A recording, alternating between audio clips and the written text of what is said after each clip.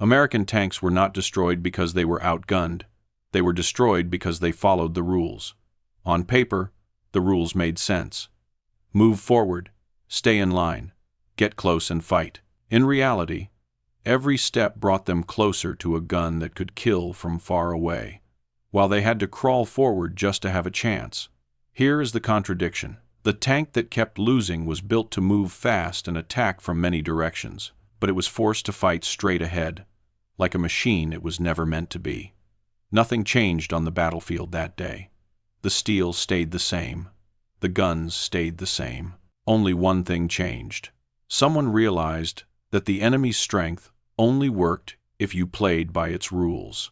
And that raises a disturbing question. How many men died before anyone stopped following the manual begins with an uncomfortable truth. The problem was not the Sherman. The problem was the idea of how the Sherman was supposed to be used. American armored doctrine was built long before Shermans met Tigers in Normandy. It was written for mobility, reliability, and mass production. On training grounds and in manuals, tanks were tools of momentum. They advanced together. They supported infantry. They suppressed positions. They were not meant to hunt heavy armor in duels. That job, in theory, belonged to tank destroyers and artillery. But war rarely follows theory. When American units encountered German heavy tanks in the hedgerows of France, doctrine did not adapt fast enough. Instead of changing the problem, commanders applied the same solution harder. Advance in formation. Close the distance. Concentrate fire. If one tank could not penetrate, 5 might. If 5 failed, 10 would be sent forward. This logic made sense on a chalkboard. It failed in open fields and narrow lanes. The Tiger thrived on predictability, long sight lines, limited approaches, one direction of threat at a time. American doctrine gave it exactly that. By advancing head-on, Shermans entered the fight already inside the Tiger's optimal conditions. The result was not combat, it was execution. Here is the deeper flaw. Doctrine treated tanks as interchangeable pieces. Lose one, replace it with another. But tanks were not abstract units. Each Sherman carried 5 men. Each advance by the book converted industrial efficiency into human loss. Quantity over quality was supposed to be an advantage. In practice, it became an excuse not to think. This is why defeats repeated themselves. Not because crews lacked courage, not because machines lacked capability, but because the system refused to question its own assumptions. When losses occurred, they were explained away as the cost of war, not as evidence of a broken approach. And so the battlefield filled with the same pattern, same formations, same routes, same outcomes. The Tiger did not need to adapt. Doctrine did that work for it. By this point, the imbalance was no longer technological. It was intellectual. One side was allowed to rethink how it fought. The other was ordered not to. And that is when the real danger appeared. Because once a system confuses obedience with effectiveness, it begins producing casualties faster than solutions. The stage was set for a change, not in hardware, not in firepower, but in how the problem itself was defined. Instead of asking how to make the Sherman stronger, the question became how to stop fighting the Tiger on its terms. This shift sounds simple, but it was radical. For years, every solution had focused on material answers: bigger guns, thicker armor, new vehicles, all of them expensive, all of them slow to arrive. None of them helped the crews already on the battlefield. The alternative was not technological, it was conceptual. The Tiger dominated because it controlled the engagement. It chose when to fire, where to fire, and which target to destroy first. Its long-range gun and heavy armor only mattered because it faced one threat at a time. One direction, one decision. Once that control was identified, a different logic emerged. What if the goal was not to penetrate the Tiger's strongest armor, but to overload its decision-making?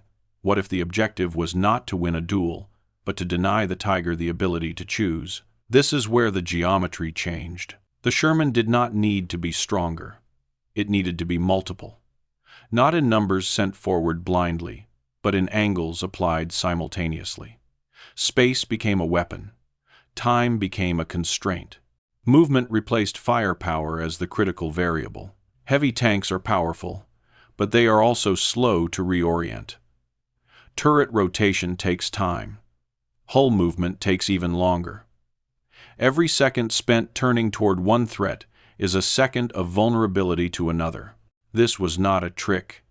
It was a physical limit. When multiple Shermans approached from different directions at the same time, the Tiger faced a problem it could not solve with armor or range. No matter where it turned, something else was left exposed. For the first time, the Tiger reacted instead of dictated. That distinction mattered. The battlefield stopped being a firing range and became a timing problem. Arrive too early, and you die alone. Arrive too late, and your ally is already burning. Precision replaced bravery. Coordination replaced doctrine. This approach did not require new equipment. It required something far rarer in war: permission to abandon the script. And once that permission existed, even briefly, the results changed. Not because the Tiger was suddenly weak, but because its strength depended on a single condition: isolation of its enemies. Remove that condition, and the imbalance collapsed. This was the moment when the war between machines quietly became a war between ideas. And ideas, unlike steel, could spread fast. Is where theory collides with reality. The moment multiple Shermans move at once, the battlefield compresses. Distances shrink. Seconds begin to matter more than firepower. What was once a long-range duel becomes a race against rotation speed, visibility, and reaction time.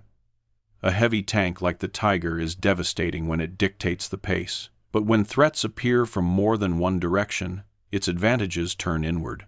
The gun can only point one way. The optics can only focus on one target. The turret can only rotate so fast. These are not tactical opinions. They are mechanical facts. As one Sherman advances to draw attention, the Tiger responds exactly as designed. It turns. It tracks. It commits. And in that commitment, it exposes itself elsewhere. This is the critical moment. The Tiger must choose, and choosing is failure. If it turns toward the nearest threat, it reveals its side. If it pivots the hull, it loses time. If it waits, it loses initiative. Every option carries a cost, and none of those costs existed when the fight was one-directional. The Sherman crews do not need perfect shots.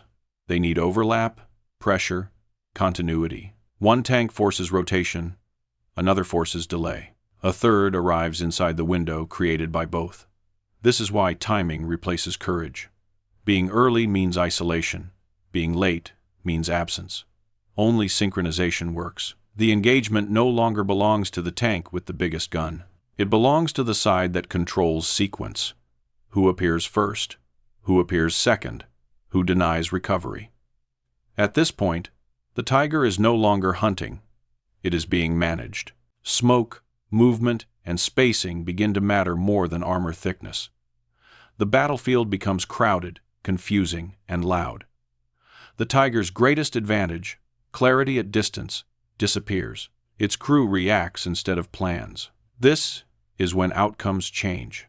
Not instantly, not cleanly, but decisively. Because once a heavy tank loses control of the engagement, it becomes what it was never meant to be: a large target forced to respond faster than its design allows. And that is the moment when superiority collapses, not because the machine failed, but because the situation no longer suited it. Once the outcome changes in one engagement, it creates a problem for the entire system. Because a tactic that works once can be dismissed as luck. A tactic that works repeatedly becomes evidence. And evidence is dangerous to doctrine. The moment heavy tanks could be neutralized without superior firepower, the logic holding the old approach together began to crack. If mobility, timing, and coordination could defeat armor, then losses were no longer unavoidable. They were preventable. This realization spread quietly at first. Crews adjusted spacing. Units stopped advancing in perfect lines. Movement became less predictable. Engagements became shorter. Survival rates changed before manuals did. That gap mattered. War does not wait for doctrine to catch up. It punishes delay. Every day a broken idea remains in place. It converts obedience into casualties. Every day a better approach stays unofficial. It exists only where individuals are willing to risk punishment for adaptation. Here is the deeper consequence. Once a system admits that its rules are wrong, it must also admit that past losses were not fate. They were decisions. And institutions resist that admission harder than they resist the enemy. But pressure accumulates. Reports change tone. Commanders notice patterns. Encounters once described as acceptable losses begin to look avoidable. What began as an adjustment in behavior becomes a challenge to authority, and slowly, the logic flips. Instead of asking crews to survive bad doctrine, doctrine begins to chase successful crews. What was once improvised becomes encouraged. What was once unofficial becomes teachable. The battlefield rewrites the classroom. This is how change actually happens in war. Not through announcements, not through speeches, but through repetition that cannot be ignored. By the time new weapons arrive, the shift is already underway. The technology does not create the change, it formalizes it, and that leaves a final, uncomfortable insight. The most dangerous period in any war is not when the enemy has better machines. It is when your own system refuses to learn faster than people are dying. Begins with a reversal. By the end of the war, the Tiger was no longer a mystery. Its armor had limits. Its gun had counters. Its dominance was conditional. What once looked unstoppable turned out to depend on one fragile assumption, that its enemies would behave predictably. And predictability was not a technical flaw. It was a human one. The real lesson of this story is not about tanks. It is about systems that mistake rules for intelligence. Doctrine exists to simplify chaos. But when doctrine stops evolving, it does something far more dangerous. It turns thinking into disobedience. In this case, men died not because the enemy was unbeatable, but because adaptation was slower than reality.